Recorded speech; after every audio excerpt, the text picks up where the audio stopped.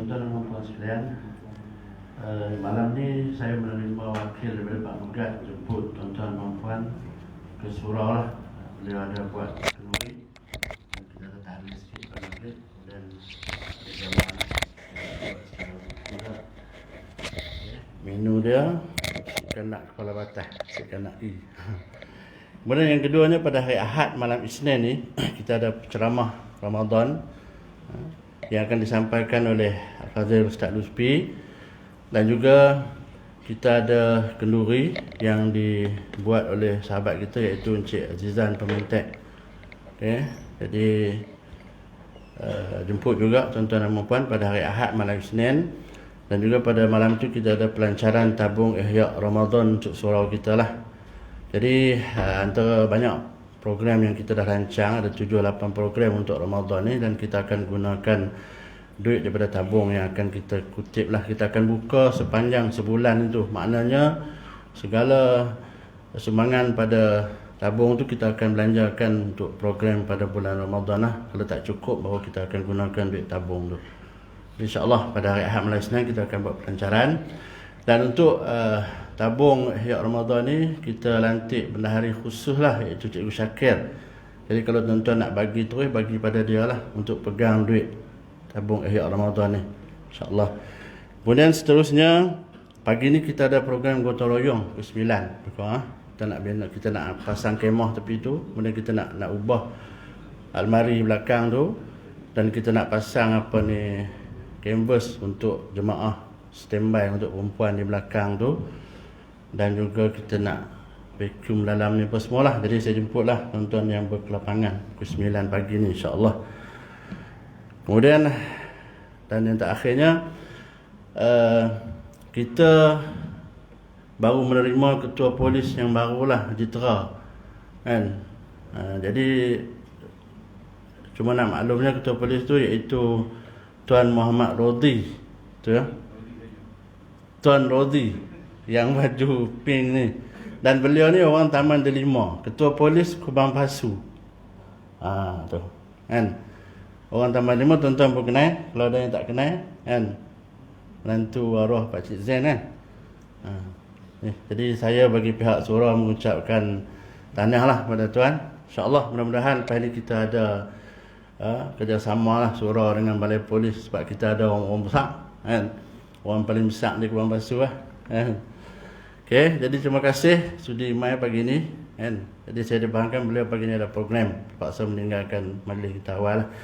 Jadi dan satu lagi, sekarang ni sedang berlangsung projek pembinaan pejabat kita di tepi tu. Terima kasih kepada tuan-tuan yang menerima, dan kita dah pasang lampu 10 batang tiang untuk kita pasang lampu. Lampu tu belum sampai sebab Cikgu Din order direct daripada China. Sudah jematkan kos. Betul, baru sampai sebiji. Dia tak hantar sekali. Kemarin baru sampai sebiji kan. Yang lain tu duduk di Kuala Lumpur juga kan. Dan lampu tu kita tak pakai karen lah, jimat lah. Nanti tuan-tuan kata apa pasang sampai 10 biji, ogi karen tak. Yang tu tak pakai karen kan. Jadi insyaAllah harap bulan Ramadan ni kita akan selesai lah. Okay. Dan satu lagi, esok kita ada program Kembara Motosikal Masjid Sharifah, anjuran Biro Pengimarahan dan Rekreasi. Kita akan ke Pondok Ustaz Nazrul untuk bagi sumbangan lah. Jadi kalau tuan-tuan yang berhajat nak bagi sumbangan ke Pondok Ustaz Nazrul di Pedu, boleh bagi pada saya ataupun mana-mana yang kuasa kita lah. Jadi saya rasa itu saja. Saya jemput Ustaz Lutfi. Terima kasih.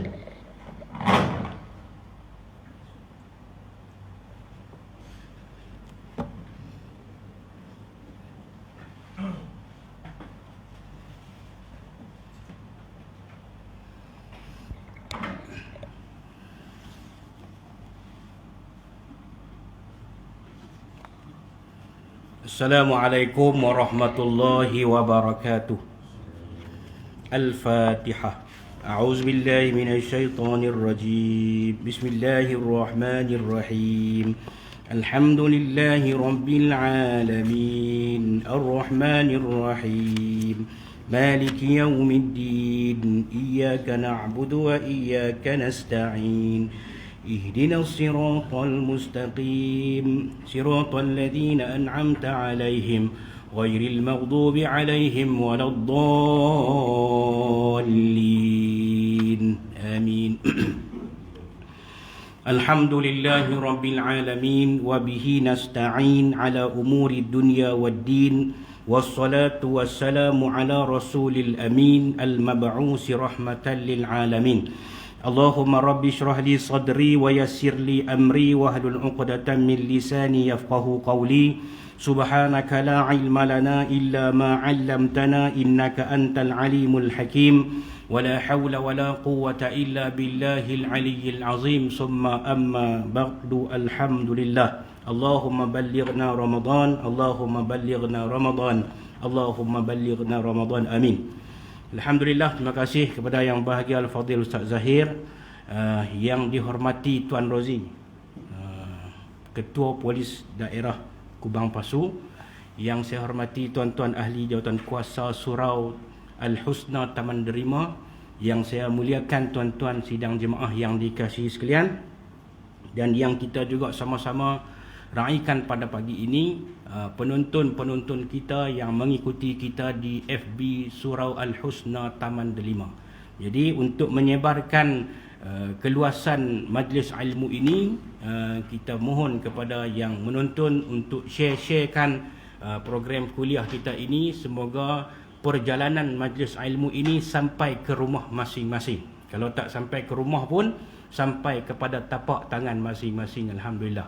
Mungkin ada kekangan untuk hadir, tetapi kita tidak menjadi masalah pada musim-musim sekarang, musim SOP ini ataupun musim PKP ini, dengan penjarakan tak boleh hadir beramai-ramai. Ada yang menonton melalui siaran langsung FB kita ini. Jadi saya minta lah sahabat-sahabat kita untuk kita share-share, untuk kita kongsi-kongsikan pada pagi Jumaat ini dengan melakukan kebaikan. Tak dapat hadir tapi kita dapat mengongsi ilmu ini, insya-Allah. Baik. Tuan-tuan dirahmati Allah sekalian, alhamdulillah, syukur pada Allah Subhanahu Wa Taala, pada kali ini sekali lagi kita dapat menyambung pengajian kitab kita dalam kuliah subuh kita ini, iaitu kitab 40 hadis penawar hati. Alhamdulillah, saya juga mengalu-alukan kehadiran yang dihormati tuan dalam majlis kita. Mudah-mudahan dengan kehadiran tuan sebagai, orang kata apa, bermukim di sinilah ataupun bermustautin di sinilah, akan menambahkan lagi, mengeratkan silaturahim sesama kita, dan juga dapat menjadikan keselamatan di kawasan kita ini akan lebih terjamin. Maklum katalah, nak masuk Taman Delima ada ketua polis, kan tuan, no? Saya pun mengenali tuan dari jarak jauh saja, kan. Hari ini baru dapat bertentangan mata lah, kan, bertentangan bahu-bahu. No? Jadi alhamdulillah tuan-tuan dan puan-puan, insya-Allah kita hubungkan silaturahim kita, tambah-tambah lagi kita akan sama-sama menyambut Ramadan ini, iaitu satu bulan yang menghubungkan ukhuwah kasih sayang sesama kita. Di situ ada infak makanan, di situ ada sumbangan, di situ ada majlis tautan kasih, dan di situ ada silaturahim, yang mana kita tidak hanya memikirkan untuk makan kita saja, kita memikirkan juga untuk makanan saudara-saudara kita. Kita juga berlumba-lumba untuk melakukan kebaikan dengan menginfakkan harta kita, dan kita berhubung kasih sayang kita melalui solat jemaah dan solat tarawih yang dianjurkan, insya-Allah. Baik. Tuan-tuan yang dikasihi sekalian, kita masuk pada hari ini hadis yang ke-20. Tu yang main. Dia kena tengok pakar rojok kita dekat pagi-pagi ni, kan. No, alhamdulillah. Jadi tuan-tuan, hadis kita masuk kepada hadis yang ke-20, yang mana kita akan sambung hadis kita ni sampai habis kepada hadis yang ke-42. Jadi hadis yang ke-20 ni campur-campur dok ada daripada mula kita baca, dok ada 2 tahun dah. 2 tahun tu sekali dengan PKP. Sebab tu jadi 2 tahun. No, pasal apa? Tak boleh main. Jadi tak boleh berkuliah. Jadi kita sambung balik tuan-tuan hadis yang ke-20. Tajuk dia ialah kenapa doa ditolak. An Abi Hurairah radhiyallahu anhu qala qala Rasulullah sallallahu alaihi wasallam innallaha ta'ala tayyibun la yaqbadu illa tayyiba wa innallaha amara al-mu'minina bima amara bihil mursalina faqala ta'ala ya ayyuhar rusulu kulu minat tayyibati wa'malu salihan وقال الله تعالى يا أيها الذين آمنوا كلوا من طيبات ما رزقناكم ثم ذكر الرجل يطيل السفر أشعث أغبر يمد يديه إلى السماء يا رب ومطعمه حرام ومشربه حرام وملبسه حرام وغزي بالحرام فأنى يستجاب له رواه المسلم. Maksud hadis, erti hadis kita baca pada pagi ini iaitu hadis daripada Abi Hurairah radhiyallahu anhu. Bila sebut Abi Hurairah radhiyallahu anhu ini, ia adalah salah seorang sahabat baginda Nabi SAW yang ada kena mengena dengan bab makanan. Tajuk hadis ini pun berkisar tentang benda makan. Abu Hurairah ni adalah salah seorang yang terlibat dengan benda makan, yakni makanan. Yang mana Abu Hurairah ini adalah seorang yang sangat susah untuk mendapatkan makanannya. Dia hidup dengan Nabi SAW, bahkan pernah bertemu dengan sahabat Sayyidina Umar, Sayyidina Abu Bakar untuk menyatakan lapar dia tu. Sampai dia jumpa mereka, dia bagi salam. Dia jumpa mereka, dia bagi salam. Dia bagi salam tu sebenarnya dalam hatinya, bagi salam lah yang pertama. Yang kedua ialah nak menyatakan laparnya tu, nak makan lah. Jadi bila nak makan lapar ni tuan-tuan, kadang-kadang dalam hal mudarat, benda yang haram pun dia boleh jadi harus untuk kita makan. Tapi sahabat baginda Nabi SAW Abu Hurairah ni memastikan tidak ada makanan yang haram untuk masuk ke dalam tubuh badan dia. Jadi dia jumpa dengan sahabat, dia akan bagi salam. Kadang-kadang sahabat pun tahu dah. Cuma kadang-kadang sahabat pun ada yang senang, ada yang tak senang. Jadi bila Abu Hurairah ni bagi salam, kadang-kadang mereka tahu dah. Sampai satu masa Abu Hurairah ni dia bagi salam kepada Rasulullah SAW, nak menyatakan bahawa lapar dia tu. Dan ketika itu Rasulullah bawa balik susu yang diberikan kepada Rasulullah. Tapi Rasulullah SAW ni nak tengok keberkatan makanan bagi Nabi SAW ni, Abu Hurairah ni, Nabi SAW ni bagi ke Abu Hurairah. Kemudian Rasulullah kata, minuman susu ni pi bagi makan ke Ahlu Sufah. Ahlu Sufah ni kalau tuan-tuan pi di Masjidin Nabawi, tuan-tuan masuk di dalam kawasan Raudah. Dalam kawasan Raudah, di sebelah kiri itu ialah maqam baginda Nabi SAW. Di sebelah kanan itu mimbar Nabi SAW. Contohnya ini Raudah dan ini bangunan ataupun yang menutup mimbar Nabi. Di belakang yang menutup maqam Nabi SAW.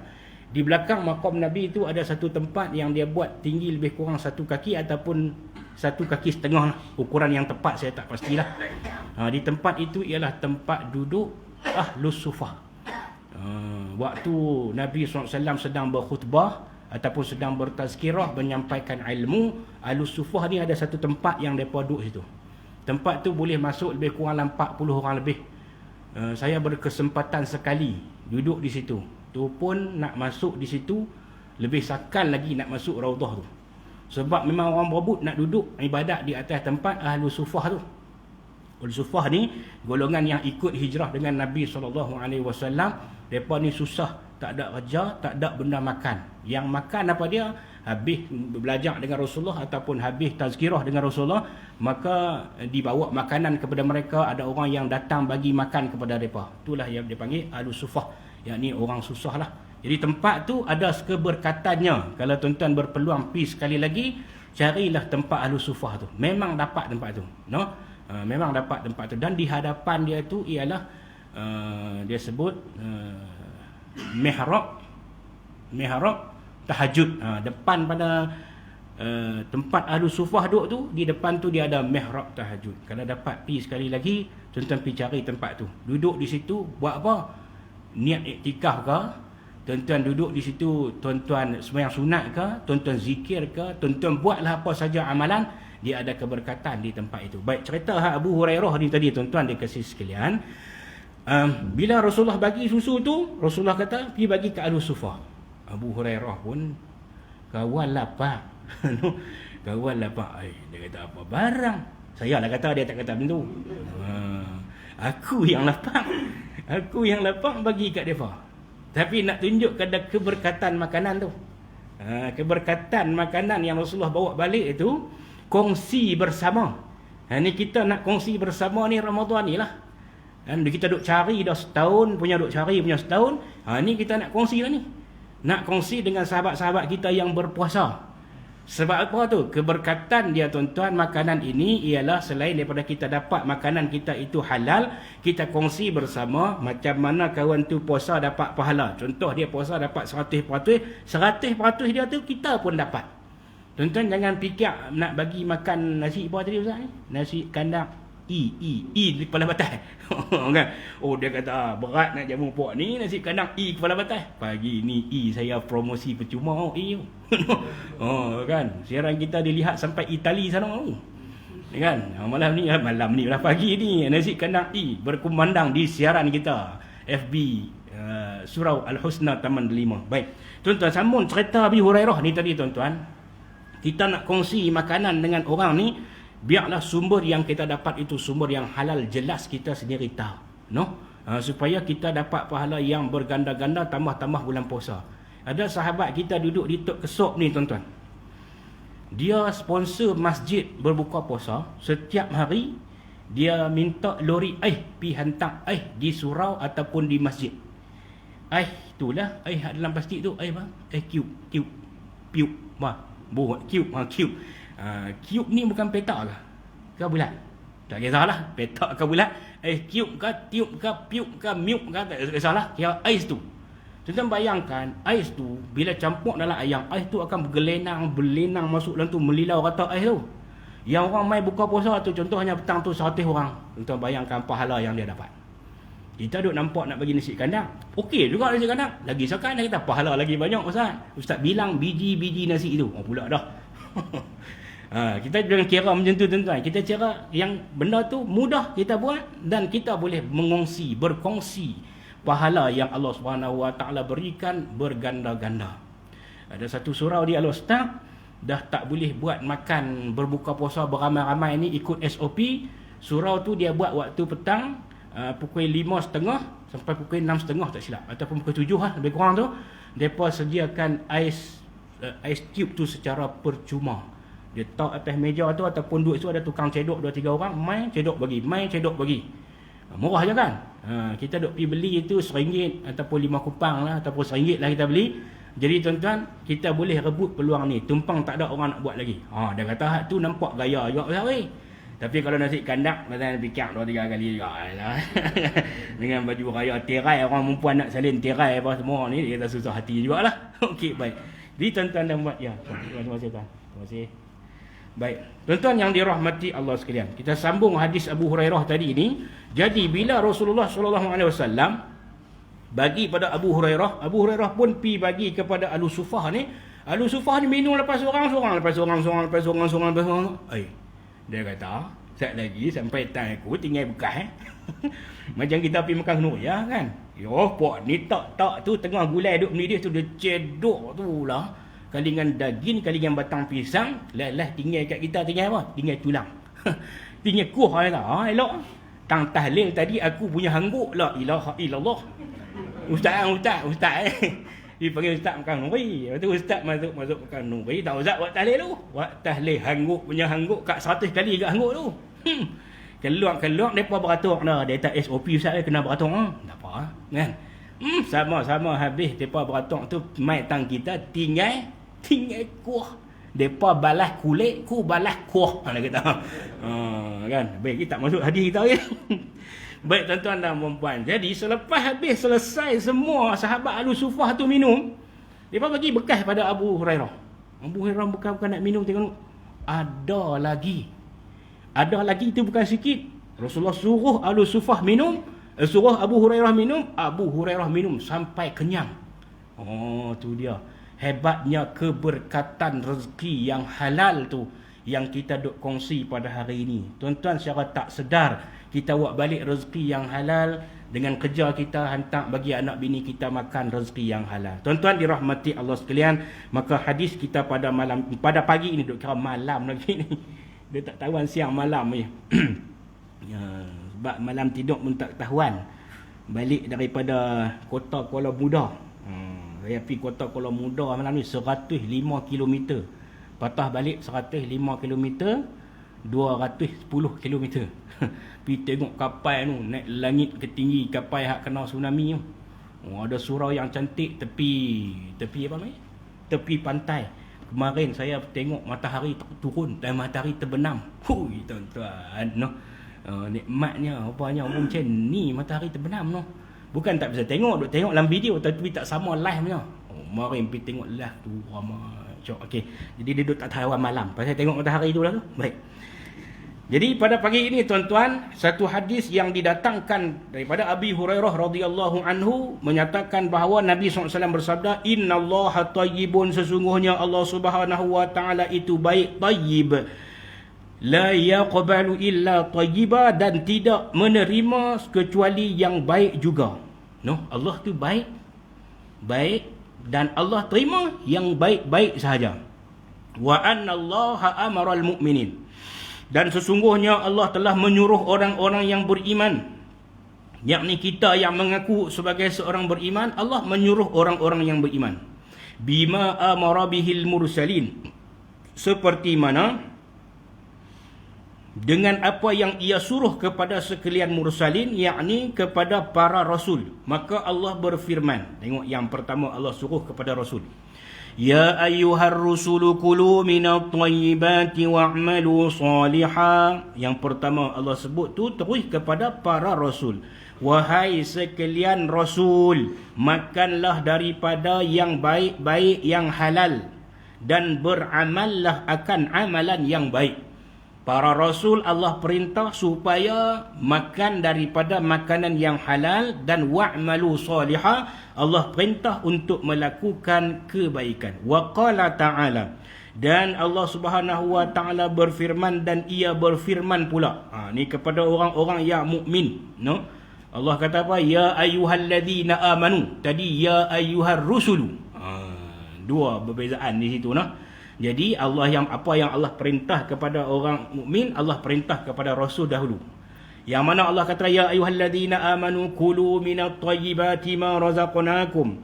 Wahai orang-orang yang beriman, makanlah dari segala yang baik-baik yang telah kami berikan rezeki kepada kamu. Nak makan, kena makan hak baik-baik. Hak baik-baik ni maksudnya apa baik? Maksudnya halal. No, yang kedua hak baik-baik. Kita jangan duk berkira nak makan hak baik-baik.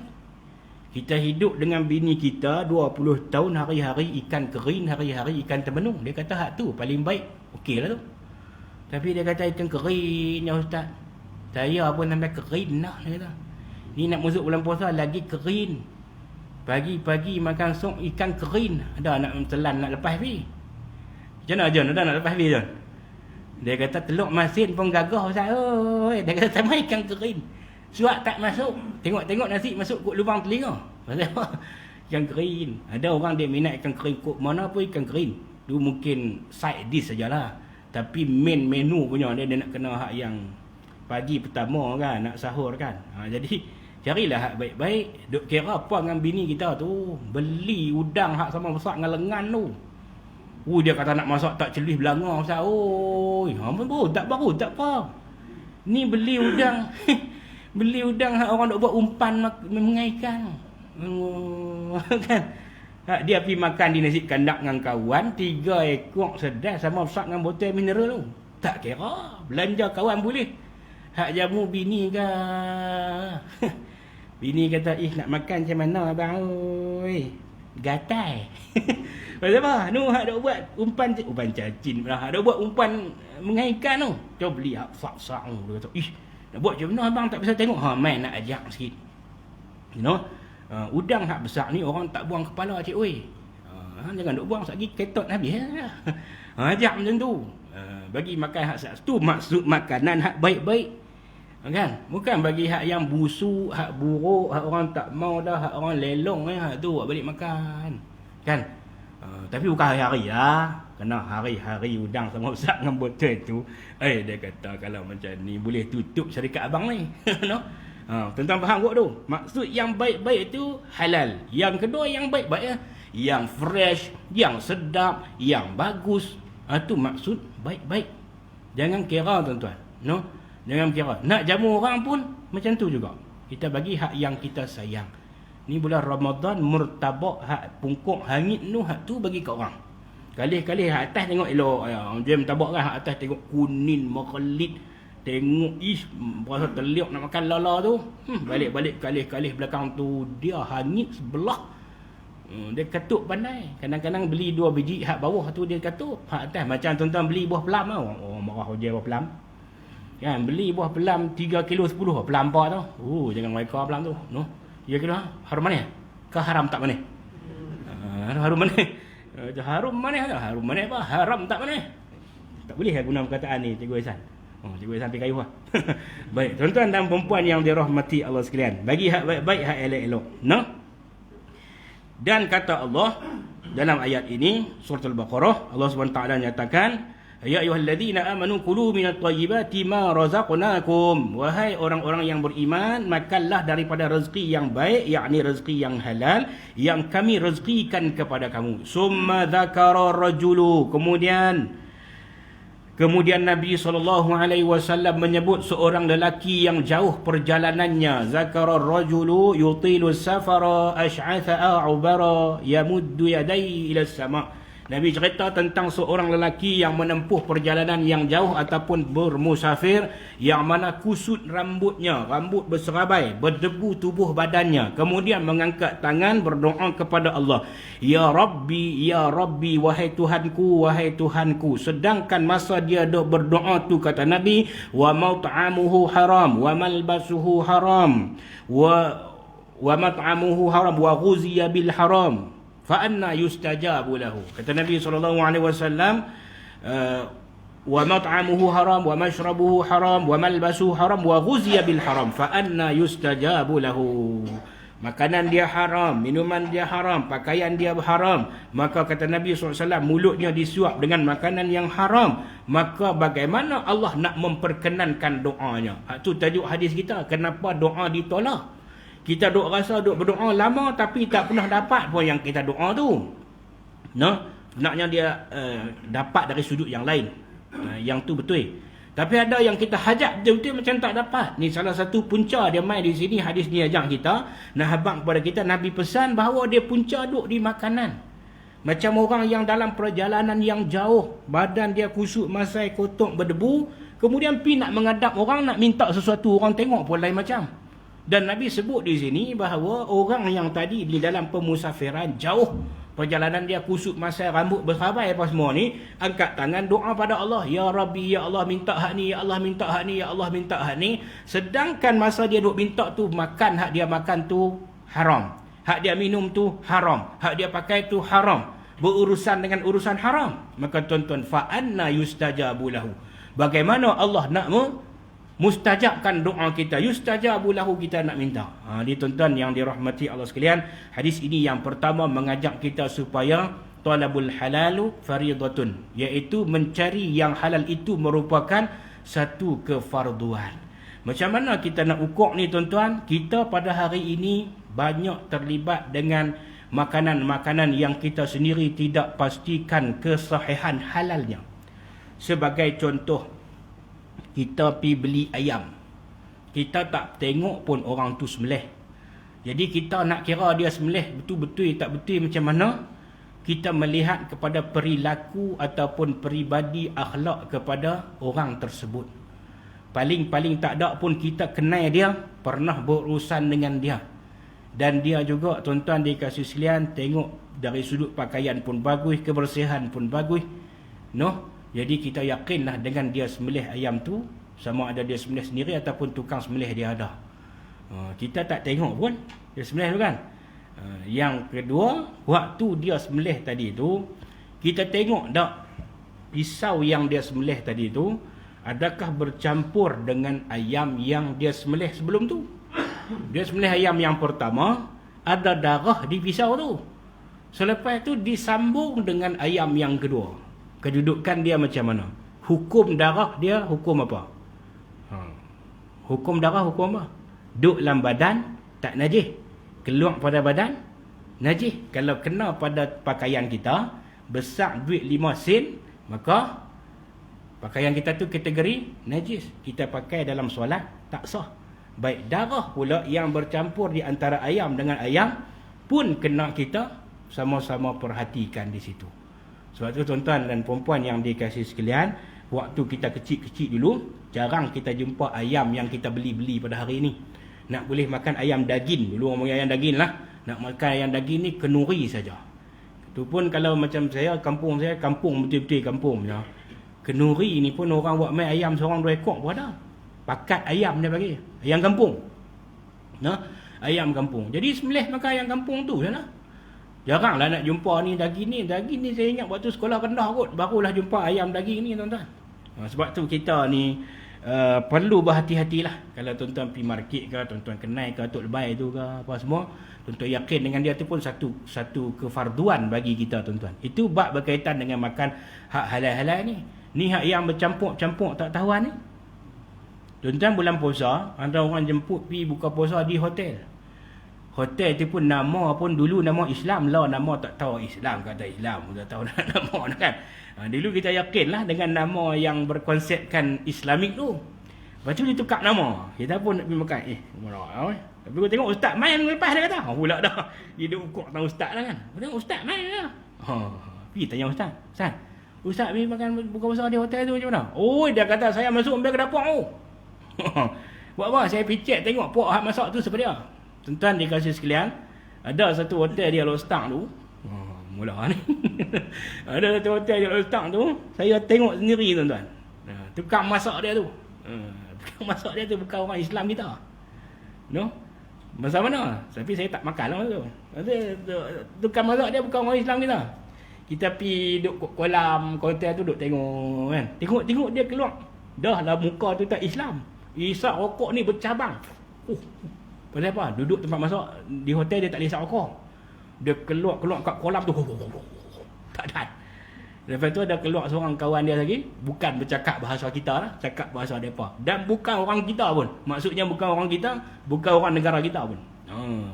Kita ni kau boleh pergi hotel tu ni pinggan. Ni pinggan ni cedok belakang. Tang ni bihun, tang ni kotiau, tang ni mi, tang ni apa nama dimsum, tang ni apa pun penuh. Kan cedok makan lah kali tak boleh makan apa pun. Tokong boleh makan. Tuan-tuan yang dikasihi sekalian, bukan saya nak gempak tuan-tuan kata jangan pergi makan di hotel. Tapi kita perhati dah. Salah satunya hotel yang mana menyediakan kafe ataupun dapur dia apa ni? Dapur dia halal, dia akan dapat logo halal. Berapa banyak hotel yang daftar logo halal, yang daftar status halal dapur dia. Itu kita kena check betul-betul. Jangan kata hotel ni tak apa. Dia kata buat macam mana ustaz, pergi kursus 3 hari hotel yang sedia makan di luar rugi. Dia tak. Dia duk kira rugi tu. Tapi dia tak kira hak ni. Hak duk angkat tangan ya Rabbi, sedangkan hak masuk dalam perut kita tu halal ke, haram ke, syubhah ke duk masuk hari-hari. Itu yang pertama. Yang kedua tuan-tuan yang dikasihi sekalian, bila sebut berkaitan halal ni, kita kena tengok juga proses pembuatan dia. Yakni proses nak buat benda makan tu. Kilang-kilang yang mengeluarkan produk makanan. Adakah mereka benar-benar mendapat status halal? Maka dia ada directory halal yang tuan-tuan boleh cek dengan laman web JAKIM. Dia ada directory halal. Kalau tuan-tuan cari tak jumpa, tuan-tuan hubungi pihak dia yang boleh dihubungi, tanya mereka di mana kami boleh dapatkan directory halal untuk kita tengok hotel halal, kedai yang halal yang menyediakan produk makanan halal. Kilang-kilang yang mendapat status halal. Saya bagi satu contoh lah. Contoh dia, kita anak-anak kita ni depa suka berkenan makan makanan junk food ni ataupun makanan-makanan hak jenis tu lah, yang segera ni. Kan? Yang saya betul-betul pasti, yang saya juga pernah bertemu dengan pegawai orang tu, perkanan orang tu lah, iaitu Datuk Murni. Datuk Murni ni ataupun Datuk Ramli Murni ni, Ramli Burger tu. Tuan-tuan tengok betul-betul Ramli, R-A-M-L-Y, bukan R-A-M-L-I. Dia keluar main macam-macam lah ni. Sopi, Lutfi, Mo dia dah main. Main bulan puasa dia macam-macam keluar main. Hak lelaki-lelaki huruf I di belakang. Hak perempuan dia keluar macam-macam makanan. Maisarah, lagi apa lagi? Fatimah, Roqiah, Sopiah, Salasiah. salbiah macam-macam jenis lah. Bagi nama produk nama Islam Muslim tu nama Muslim, produk tu Muslim lah. Macam tuan-tuan duk makan bihun tu lah, cap Masjid Syarifah Fatimah, cap Surau Al-Husna Taman Delima. Cek tengok owner tu dia. No. Ni tuan-tuan yang dikasih. Kita banyak kena tipu dalam produk halal ni. Kalau orang Islam kita berniaga, jarang dia nak guna nama-nama dia tu. Dia akan guna nama-nama lain lah. Tapi kalau orang yang tak kisah halal ni, kadang-kadang dia buat nama-nama tu bentuk nama orang Islam. Padahal kedudukan sebenar dia macam mana. Ni kita kena pastikan kaedah pembuatan tu yang perlu dititik beratkan sama ada halal ataupun haram. Tuan-tuan yang dirahmati Allah sekalian, kemudian sumber yang halal juga diambil kira. Maksudnya sumber bahan mentah dia. No? Kalau tuan-tuan tengok serbuan-serbuan yang dibuat pada hari ini, bila masuk ke kelang-kelang tu dia, tuan-tuan tengok nak buat sayur pucuk, tu dia sayur pucuk. Yang buat sayur pucuk tu mandi tak mandi apa hari dah tak tahu. Lenyek dengan kaki pun ada. Lepas tu anjing duk keliling pula tepi tu. Tuan-tuan pun bisa tengok kan. Tapi tak tahulah gamak tu di tempat kita ke di mana. Jemuk udang kering ni, anjing duk jaga duk anjing duk hambat burung. Burung main duk terkam nak makan apa tu? Tu udang kering tu. Anjing duk kita sedap udang kering ni dah buh dalam buh dalam ni pulut udang kata. Makan-makan. Sedap udang kering main mana ni? Anjing kata bekas aku kencing ni kata. No, minta maaf lah lagi pakai tak makan udang kering lah. Dia kata hari ni pakai tak makan udang kering dah. Ni baru duk cita-cita Ustaz. Nak makan udang kering. Tak dia habang kutu pula dah. Baik, tuan-tuan yang dikasih. Kena ambil kisah banyak benar lah. Macam contoh pembuatan sausis yang saya dapat maklum, yang saya tanya daripada pegawai kanan Kelang tu, dia beritahu kebanyakan mereka buat ni, dia proses dia mengambil daripada bahan buangan ayam. Bukan najis, bahan buangan ayam. Contoh, ayam yang disembelih ni untuk dihantar di kedai-kedai makan, dia ambil yang bahagian isi saja. Bahagian-bahagian yang dia tak ambil itu untuk buat proses daging ayam tu. Yakni daging ni macam daging ni. Daging apa? Daging burger. Daging burger hak bulat-bulat ni. Dia akan ambil isi ayam tu sendiri untuk buat bahagian-bahagian yang ada isi. Hak bahagian tak ada isi, contohnya tengkok, telinga ada ke? Tengkok. Tengkok, apa tu, kaki dan bahan-bahan dalam hak boleh makan. Macam pedai, hati, semua tu, yang tu dilungguk asing dan diproses, dikeringkan, kemudian di mesin sampai jadi macam tepung tu. Daripada bahan-bahan tu lah dia buat batang sausis tu. Saya dapat maklumat macam tu lah. Sahabat tu bagi tahu saya lah. Ustaz tahu hari kita nak makan tu, kadang-kadang kalau ustaz makan, ustaz akan rasa macam ada tulang-tulang sikit di situ. Itulah sebenarnya yang dibuat. Kalau orang Islam kita, dia ambil cerita basuh semua lagi. Tapi hak bukan Islam, saya tak tahu nak kata lah dia kata. Dan tuan-tuan tengok tarbiyah yang mak pak kita ajak kita. Bila basuh makanan, contohnya nak masak nasi, beras tu basuh, kemudian solawat dulu. Itulah suci tu. Itulah suci. Basuh, tuhur, bersih, kemudian solawat. Sucikan dengan solawat. Bukan sakat benda makan, pakaian pun. Orang Islam kita ni basuh selawat. Hak kita duk makan pada hari ni tu, tak mana basuh, tak mana selawat. Hak basuh tak apalah, mungkin basuh, tak mana selawat dia. Tu yang disebutkan tadi, antaranya kategori halalan tayyibah. Makanan tu kalau jenis orang kata bang, ni makanan hak tak masak ni macam sushi tu. Makanan hak tak masak, makanan yang mentah-mentah. Makanan mentah. Bila kita makan makanan mentah ni tuan-tuan, hukum dia boleh makan lah. Syarat dia kita sembelih, kemudian kita bersihkan, boleh makan. Tapi tuan-tuan, yang jadi thayyibannya macam mana? Dimasak. Yang tu thayyibannya. Sebab apa? Dalam makanan yang tak dimasak ni, mentah ni, dia mungkin ada benda-benda lain lagi. Jadi bila kita masak tu, proses dia jadi thayyiban. Tu perbezaan dia. Tapi dia kata, ustaz, kami pergi belah buat panjang tolang tu. Dia kata, mereka makan ni, apa nama? Kabu daging mentah. Tak tahulah, saya pun biasa tengok lah. Dia kata, ustaz kalau makan nasi tengah hari lah, kenuri lah, makan dengan mereka besar sana, cakap siam. Cakap siam dan cakap pelet siam. Hui, dia kata, ustaz mau kalah kena natang ni lah, dia kata, natang ba? Ni natang ni lah ni, dia kata ni kerabu daging mentah. Sekali makan nasi sepinggan, kerabu daging mentah tu 2 besen habis. Tu dia. Tak tahulah sini biasa buat tak? Biasa jumpa tak? Tak biasa noh. Main saja main. Oh, main dia makan mentah-mentah ya. Jumpa main. Nah, kerabu daging mentah ni tentang dia rahmat. Saya tak kata hukum dia haram ataupun halal, tapi saya nak sebut di sini bahawa saya tak berhukum di situ. Saya nak abang di sini, makanan yang berbentuk macam tu nak jadi thayyibannya ialah sepatutnya kita masak makanan jenis daging-daging ni.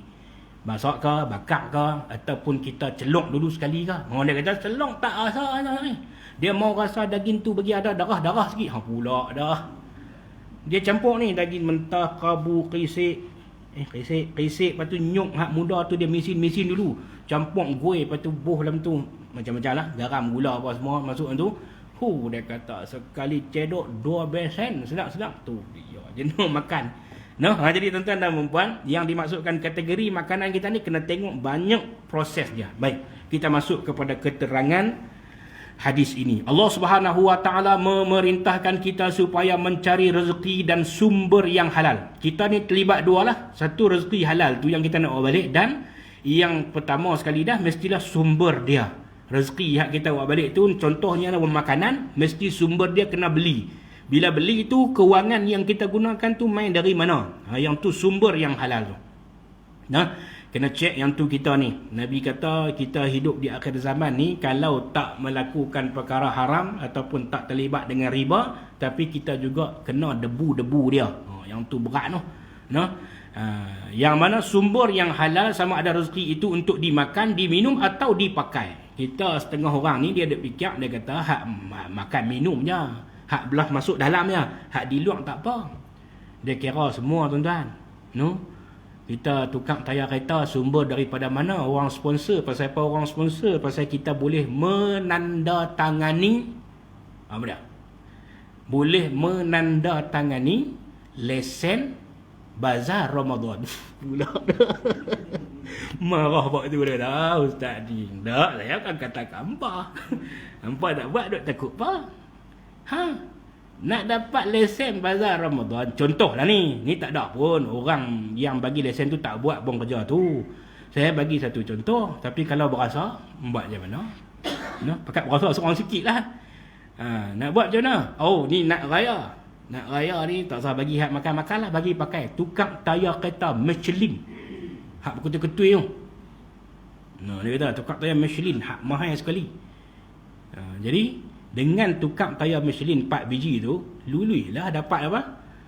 Dapat lesen untuk meniaga bazar Ramadan. Pula dah. Nak meniaga bagi orang makan buka puasa tu bagus dah. Tapi dapat lesen, hak orang dapat lesen tu pun macam, hak yang menerima tayar kereta tadi pun macam juga.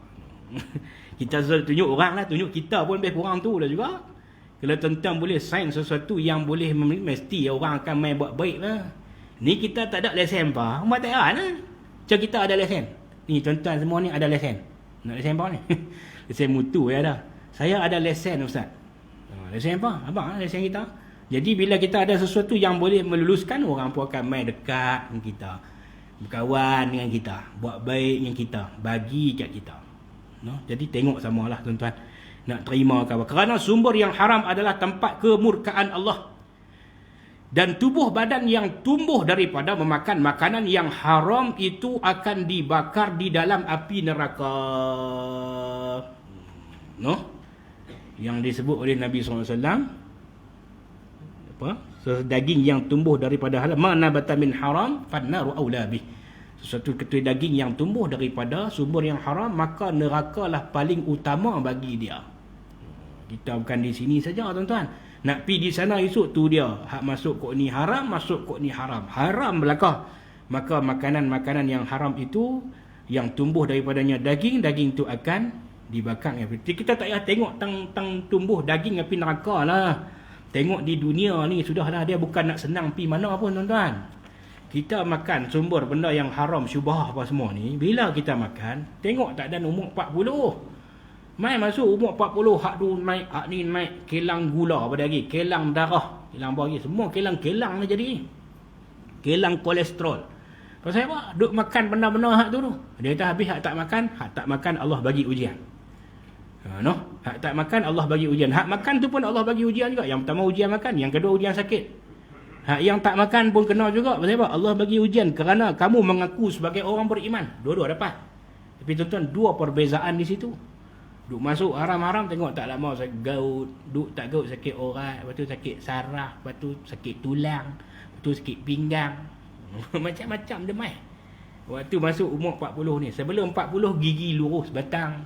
Lepas tu masuk 40 2 batang. Lepas tu mata kau tak nampak kelabu je. Orang tengok jam pukul 8, dia nampak pukul 9. Patut pun tak berhenti lagi, 7.30 dah. Selalu tak dan 7.30. Dia dah nak berhenti. No? Minta maaf tuan-tuan. Baik, kalau kita lihat keadaan seorang lelaki yang disebutkan dalam hadis itu, yang hadis di atas, tentu kita akan berkata orang yang seperti itu sangat patut untuk diberikan simpati dan belas kasihan. Sebab apa? Dia ni bermusafir jauh, pakaian compang-camping, kemudian rambut kusut masai, susah, tak ada makanan, berdoa kepada Allah. Patutnya dia diberi belas kasihan. Seorang yang jauh di dalam perantauan, tidak ada sanak saudara, tidak ada handai taulan dan tidak ada pula tempat untuk mengadu nasib. Ditambah pula tiada ada tempat kediaman yang membolehkannya untuk sedikit mengurus rambutnya yang kusut dan tidak berpeluang untuk membersihkan badannya yang bermandikan debu. Lalu dalam keadaan demikian ia menadahkan tangannya ke langit, meminta belas kasihan daripada Tuhan yang amat pemurah lagi mengasihani. Namun Allah Subhanahu wa taala tetap tidak akan memperkenankan seruannya dan tetap tidak akan mengkabulkan permohonannya. Apakah Allah Subhanahu wa taala kejam? Itu soalan. Tidak. Tidak, sama sekali tidak. Apakah Allah Subhanahu wa taala memungkiri janji yang telah pun dimaktubkannya untuk memperkenankan segala seruan hambanya? Jawapan dia tidak juga. Sama sekali tidak. Apakah Allah Subhanahu wa taala enggan memberikan sedikit dari harta benda dunia yang tidak bernilai di sisinya ini untuk menyelesaikan masalah yang sedang dihadapi oleh si malang tadi ini? Adakah Allah tak mau bagi kat dia apa semua tu dalam beberapa perkara yang disebut oleh pengarang ini? Jawapan dia tidak, sama sekali tidak. Tak lain dan tak bukan nasib yang terlalu malang ini adalah disebabkan.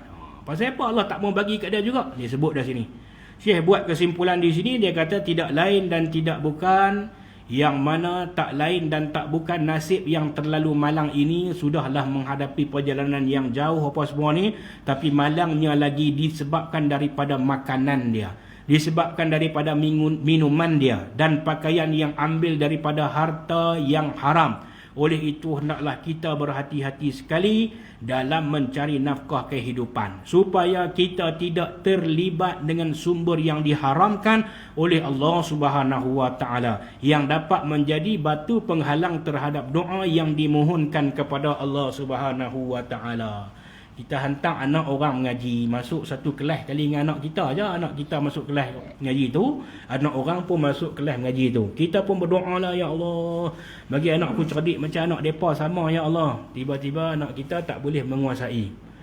Banyak faktor lah. Mungkin tahap penerimaan anak kita tu tak sama dengan anak depa. Yang kedua, mungkin anak kita tak fokus dalam pelajaran. Yang ketiga, kemungkinannya adalah daripada sumber makanan yang kita bawa balik di rumah. Padahal membesar sama-sama, naik gerek kayu rata anak kita pun dengan anak mereka. Masuk dalam kelas, anak kita tak boleh pick up macam anak mereka. Maka cek balik pada makanan hak kita bawa balik tu. Tuan-tuan dikasih sekalian, saya nak kongsi sikit ni. Saya pergi di satu pusat di sebelah tu, pokok senar jalan masuk tu nama dia saya tak ingat lah. Kalau sampai Simpang 4 sebelum sampai Pekan Pokok Senar tu, dia masuk belah kanan, boleh temui Pinawa Tolang apa tu. Nama apa? Macang Kudung. Dalam tu ada satu pusat rawatan dadah remaja. Saya pergi baru ni lah, dalam 2 minggu lepas. Saya pergi tuan-tuan, sangat menyedihkan yang saya lihat dengan mata kepala saya sendiri. bukan 20, bukan 30, 80 hingga 90 orang yang mai dengar kuliah saya itu anak Melayu Islam kita yang terlibat dengan pengambilan dadah secara aktif. Dihantar pergi di pusat pemulihan tu. Masuk main kita nak kuliah je. Dah jadi sopak dengan tarian Siam. Dia lagu tu. Ni nak kongsi ni nak abang ni. Tuan-tuan, salah satu punca yang kita nak cek tengok balik ialah tang makanan tu. Kenapa rosak mereka ni? No? Kenapa rosak mereka ni? Dan bila pergi duduk di situ, dia akan ambil proses lebih kurang dalam 1 tahun untuk proses kepulihan dia. Jadi dalam proses kepulihan dia tu, yang saya tengok ada dah 20 orang lebih kurang tu. Alhamdulillah. Mereka ni dah jadi lead di surau mereka tu. Surau ni, nak abang bagi do'if tak do'if, zaman kita dulu ni. Surau hak naik atas tangga pijak patah tu.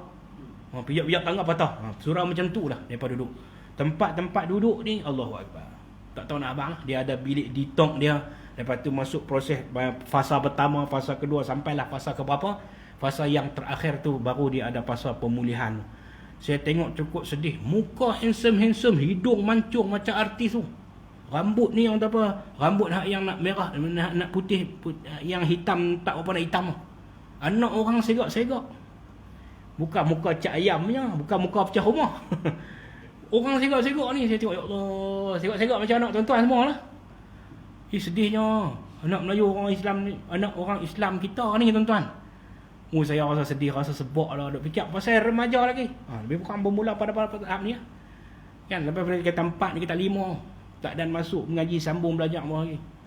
Saya kata lagu mana ada lagu ni.